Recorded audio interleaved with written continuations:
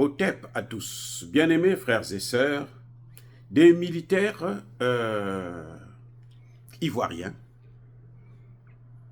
se sont rendus à la frontière avec le Burkina Faso. Ils se sont rendus avec des voitures blindées, des hélicoptères, des ceci, des cela, pour intimider les militaires burkinabés. Mais pourquoi Alassane Ouattara se comporte ainsi? C'est-à-dire que Alassane Ouattara est prêt à tout. En fait, ce comportement, c'est juste parce que Alassane Ouattara veut un 4e mandat. Tout comme Patrice Talon veut un 3e mandat. Tout le cinéma que vous voyez là, Côte d'Ivoire, Bénin, 3e mandat, 4e mandat. Pour son 3e mandat, Patrice Talon veut empêcher que le Niger puisse vendre son pétrole. Peut-être que le Niger va souffrir. La France a rencontré, Macron a rencontré le président chinois Xi Jinping récemment. Et pendant qu'ils étaient en train de parler là, Macron demande à Patrice Talon de fermer son pipeline. Vous voyez l'hypocrisie.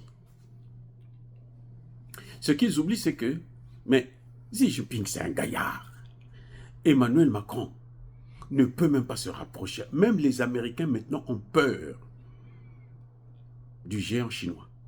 Les Américains ont peur de la Chine. Les Américains ont peur de la Russie. Les Américains ont peur de l'Iran. Les Américains ont peur de la Corée. Parce que ces 4 pays-là ont l'arme atomique et ils ont les missiles intercontinentaux que les Américains n'ont pas, que les Français n'ont pas. Les Français, pour envoyer des missiles, il faudrait qu'ils quittent la France, qu'ils vont en Ukraine pour attaquer la Russie. Depuis la France, ils ne peuvent pas attaquer. Mais la Russie peut attaquer la France depuis la Russie. Vous savez que l'Iran, les 300 drones, missiles et autres qu'ils ont envoyés en Israël, c'était depuis l'Iran. Ils ne se sont pas défacés, c'était depuis l'Iran. Ça a traversé la Jordanie et tout, machin, tout ça. Allez, c'est parti. Donc, Alassane Ouattara se bat pour que les Américains puissent déstabiliser le Sahel. C'est le prix à payer pour un 4e mandat. Donc, il ne faut pas être surpris. Ils ont eu une conversation avec un VDP en disant que non, nous on n'est pas vos ennemis, nous on est des frères, on est venus vous voir en famille. Comment vous venez voir des gens et vous êtes hyper armés? Soi-disant qu'ils voulaient voir le capitaine qui gère cette zone. Le capitaine burkinabé, bien sûr. Soi-disant qu'ils voulaient le voir. Vous savez quoi? S'il l'avait vu, peut-être qu'ils pourraient le tuer pour créer un incident. Parce qu'en fait, ce que Alassane Ouattara est en train de chercher là, c'est une situation qui peut le mettre en conflit avec le Burkina Faso. S'il y a la guerre entre la Côte d'Ivoire et le Burkina Faso, puisque la Côte d'Ivoire a des accords avec la France et maintenant avec les États-Unis, la France et les États-Unis auront le droit de venir combattre du côté de la Côte d'Ivoire. Voilà ce qui est en train de se passer. Mais ce que Alassane Ouattara oublie, c'est que le Burkina Faso aussi a des accords avec la Russie. Eh oui, la Russie est en train de donner des chaos à l'OTAN, donc les États-Unis, la France, l'Angleterre et toutes leurs cliques, depuis l'Ukraine.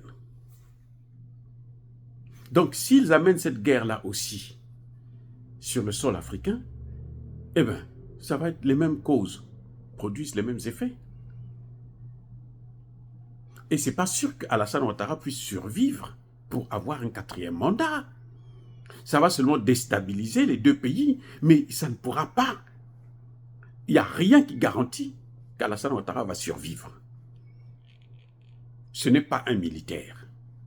L'armée ivoirienne, Mais attendez, la rébellion de Guillaume Soro, qu'est-ce qu'elle a fait? Elle n'a pas éradiqué l'armée ivoirienne.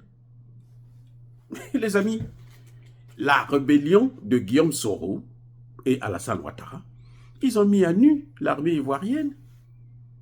Ce n'est pas une armée. Aujourd'hui, on se rend compte que le général Mangou, le chef d'état-major de Laurent Gbagbo, pendant que ses soldats se battaient contre les rébellions, lui, il était caché à l'ambassade de l'Afrique du Sud. Et c'est sur cela que Alassane Ouattara compte pour faire la guerre contre le Burkina Faso. Mais attendez, l'armée ivoirienne n'a jamais eu une guerre de haute intensité, comme ça se passe actuellement au Burkina Faso, avec les terroristes. Ce n'est pas du gâteau, c'est une vraie guerre. Et ça ne fait que commencer. Donc, ils se sont habitués, ils se sont entraînés. Le temps que l'armée ivoirienne s'adapte, je ne dénigre pas l'armée ivoirienne, je dis, ils n'ont pas cette expérience de guerre. Le temps qu'ils s'adaptent, puisque tout ce qu'ils ont là, ce sont les Français qui le font. Pour aller prendre Laurent Gbagbo, qui a fait. C'est l'armée française. C'est pas l'armée ivoirienne. C'est pas la rébellion ivoirienne. Donc le temps qu'ils s'adaptent au système pour faire la guerre, là, ça va prendre des années. En tout cas, des mois au moins. Mais entre-temps, les Burkinabés sont entraînés à ça. La guerre qu'ils sont en train de faire là. Et le Burkina Faso n'est pas seul. Le Burkina Faso va réagir avec le Mali et le Niger.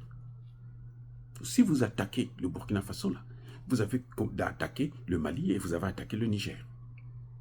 En revanche, Alassane Ouattara ne peut pas compter sur le Sénégal. Ousmane Sonko, malgré toutes les critiques qu'on peut faire de lui, ou que je fais moi de lui, il n'acceptera pas ça, parce qu'il sait qu'il va rester dedans. Vous savez, c'est qu'il y a un problème avec les dirigeants africains. Patrice Talon veut faire la guerre au Niger. Il va prendre toute la minable armée de la France. Là. Ça, c'est plus une armée. Son arme atomique là est obsolète. Lui, il a 200 têtes nucléaires. La Russie en a 6000. Plus que les États-Unis qui en ont 5000. Et la Russie peut envoyer une partout dans chaque pays de l'Union européenne et puis le problème est réglé. Vous voyez, si par malheur, la Côte d'Ivoire attaque le Burkina Faso, c'est ce que nous ne souhaitons pas. Mais s'ils le font là, vous allez voir ce que la Côte d'Ivoire va subir. Vous avez vu, l'Algérie s'est arrêtée avec le Mali, parce que l'Algérie sait que si elle attaque le Mali là, elle aura tout le Sahel là, contre elle. Oui, vous allez me dire que si la Côte d'Ivoire se lance dans cette guerre, l'Algérie va rentrer, l'Algérie ne rentrera pas. Vous savez pourquoi? Parce que l'Algérie va chercher à être le troisième larron. Si le Mali s'affaiblit, on lui revient encore prendre ce qu'il avait pris avant. Donc il ne va pas rentrer dedans. Il va au contraire laisser que le Mali, le Niger et autres s'appauvrissent. Comme ça, lui, il viendra piller les matières premières. Et lui aussi, quand il va venir piller, là, les Américains ne vont pas le laisser. Ils vont le détruire. Voilà, ça dit qu'ils sont en train seulement de déstabiliser le continent africain pour rien. On va avoir des morts inutilement. Vous avez vu cette force-là. Ils viennent avec... Vous voulez voir un chef de zone, un commandant de zone. Mais passez par la hiérarchie. Appelez le ministère de la Défense. Appelez le chef d'état-major du Burkina. Allez-y directement. Prenez un avion, vous atterrissez, vous avez l'argent, non? Vous êtes riche. Prenez un avion, vous atterrissez au Burkina Faso, vous dites, nous, on veut voir tel capitaine. Vous allez le rencontrer. C'est quoi ces méthodes-là? C'est comme si c'était des fous. Oui, c'est-à-dire qu'ils sont comme... Cliniquement, ils sont tous malades là-bas. Oh, vous partez chercher des problèmes en comptant sur un pays étranger. La France, là, comment on appelle ça? En Ukraine. Les armes qu'elle donne à l'Ukraine, l'Ukraine a dit, gardez ça. Parce que ça ne nous arrange pas. La Russie est en train de reprendre du terrain.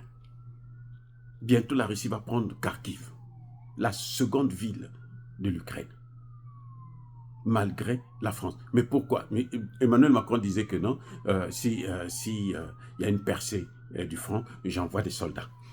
Il a envoyé. Est-ce qu'il les a envoyés? Il ne les a jamais envoyés. Il ne les enverra pas. Parce qu'il sait que s'ils vont là-bas, là, ils ne vont pas revenir. Ceux qui sont partis là, ils ne reviennent plus. Nombreux sont déjà sous terre, là, repos éternel. Et, écoutez, que les militaires ivoiriens sachent, le rôle d'un militaire, ce n'est pas de faire une guerre injuste. On fait une guerre juste. Quand vous vous lancez dans une guerre injuste, ça peut se retourner contre vous-même. Et un militaire sérieux, un militaire qui a la tête sur les épaules, n'acceptera pas un commandement qui va l'entraîner dans une guerre dont il n'est pas sûr qu'il peut la gagner, quand c'est une guerre injuste. Que les militaires ivoiriens sachent que la France n'est plus la puissance qu'elle était il y a 20 ans, 30 ans, 50 ans, quand nous on obtenait les fameuses indépendances de merde qu'elle contrôlait. Cette France-là, personne n'a peur d'elle. Sinon, les gens qui ne pensent que leur vie dépend de la France. Si ce n'est pas la France qui dit, ils ne peuvent rien faire. Les Ivoiriens eux-mêmes n'ont pas encore dit leur dernier mot. S'il y a une guerre entre la Côte d'Ivoire et le Burkina Faso, croyez-moi, beaucoup d'Ivoiriens vont se liguer contre leurs autorités parce qu'ils seront du côté des Burkinabés. Mais la jeunesse est avec ces trois chefs d'État. L'avenir du continent africain est sur les épaules de ces trois chefs d'État. Et vous voulez les agresser. Mais ça dit que... Mais le type là, il se disait économiste là. C'est quoi? Où est-ce qu'il est allé apprendre cette économie? C'est comme si c'était un rigolo, un jouet. Non, ça ne se passe pas comme ça. C'est fini le temps où on devait se plier devant la France. Fermez les yeux, je vous couillonne. Amen. C'est fini ça. C'est fini. Maintenant, quand la France parle, on répond. Oui, nous on est en train de leur répondre. On répond à Emmanuel Macron, on répond à Biden. On n'a plus peur d'eux.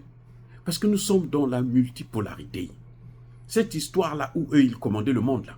Le monde ne leur appartient pas. Ce n'est pas eux qui ont créé le monde. Ils n'ont aucun droit de gérer ce monde-là. Personne ne les a mandatés pour gérer le monde. Et d'ailleurs, ils ont géré, qu'est-ce qu'ils ont fait de ce monde? Ils l'ont emmené dans le chaos total. Il y a la pauvreté aujourd'hui partout dans le monde. Il y a des guerres partout, il y a l'instabilité. Ils ne veulent pas la paix.